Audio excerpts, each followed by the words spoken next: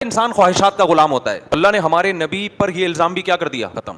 इसलिए कि आपने पहली शादी की 25 साल की उम्र में, जब इंसान की ज़बरदस्त ख्वाहिशात और उमंगे होती, तो 25 साल में आपने शादी की 40 साल बेवा से, और वो बेवा जो 2 दफ़ा बेवा हो चुकी थी। निकाह का तर्ज अमल बता रहा है कि आपकी तबीयत में ख्वाहिशात नफसानिया का गलबा, फिर 50 साल की उम्र में जाके आपने कसरत से निकाह किए हैं, जबकि उस उम्र में इंसान के जज्बात वैसे नहीं रहते जैसे इब्तदाई उम्र में होते हैं, और उनमें भी सिर्फ एक कंवारी, बाकी सारी बेवा और तलाक याफ्ता। हालांकि अरब में ज्यादा बीवियां रखना ऐब नहीं था, बल्कि कमाल था। वैसे भी 10 रख लेते, कंवारी रख लेते, और आपको ऑफरें भी थी। तो जो नबी सल्लल्लाहु अलैहि वसल्लम का निकाह का भी तर्ज अमल है ना, थोड़ी सी अकल रखेगा तो वो फैसला करेगा कि ये ख्वाहिशात नफसानिया का इसमें कोई दखल है ही नहीं। कि अल्लाह अगर नबी को ये हुक्म देता कि आप निकाह करें ही नहीं, तो और बात क्लियर हो जाती है, वो फिर दूसरी हिकमत के खिलाफ हो जाता है। इसलिए कि इस्लाम निकाह को क्या चाहता है, प्रोमोट करना। तो उसमें भी तो पैगंबर को नमूना बनाना था ना, ताकि लोग पैगंबर की इक्तदा करें। अगर आप करते ही नहीं तो फिर लोग कहते हैं पैगंबर ने नहीं किया, तो वो पादरीपन आ जाता जो ईसाइयत में हुआ कि कोई शादी ब्याह नहीं, निकलो जंगलों में अल्लाह अल्लाह करो बैठ गए। तो इस्लाम चाहता था लोग निकाह करें।